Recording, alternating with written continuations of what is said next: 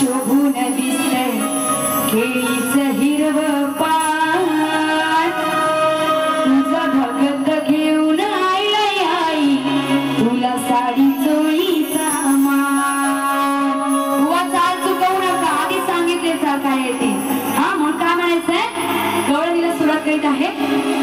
हा पोरगा जगेल की नाही हा पोरगा जगेल की नाही नव्हता मुळीच खात्रीचा आता इथे जे मी काय बोलणार आहे ते त्या कान्हाला बोलणार आहे बुवा तुम्हाला बोलायचं नाहीये हा पोरगा जगेल की नाही नव्हता मुळीच खात्रीचा सांगा कोणी याला काढली बाहेर सांगा कोणी याला काढली बाहेर बघा हो रात्रीचा मग सांगा कोणी याला काढली बाहेर आहो बघा हो रात्रीचा सगळ्यांना ऐकायला आलेलं आहे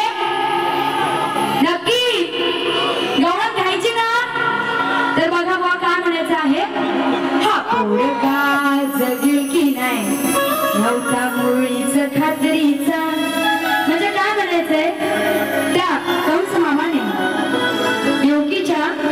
7 पुत्रांना मारलं होतं देवकीच्या 7 पुत्रांना मारलं होतं आणि तो 8व्या पुत्राला सुद्धा मारणार होता आणि मग काय म्हणायचंय हा पोरगा जगेल की नाही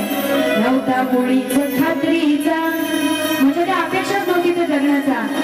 सांगा कोणी याला काढली बाहेर आणि मग त्या श्रीकृष्णाला घेऊन ते नंद म्हणजे त्याचे वडील ते त्याला घेऊन टोपलीत घेऊन जातात आणि यशोदा माईकडे सोडून येतात आणि कंस मामाला प्रश्न असा पडला आहे की सांगा कोणी याला काढली बाहेर बघा हो रात्रीचा त्या कृष्णाने त्याची लीला दाखवून त्या श्रीकृष्णाने त्याची लीला दाखवून सगळ्यांना निद्रेत ठेवलं होतं आणि म्हणून कंस मामाला असा प्रश्न पडला बुवा तुम्हाला काही बोलायचं नाहीये गवळण घ्यायची ना नक्की घ्या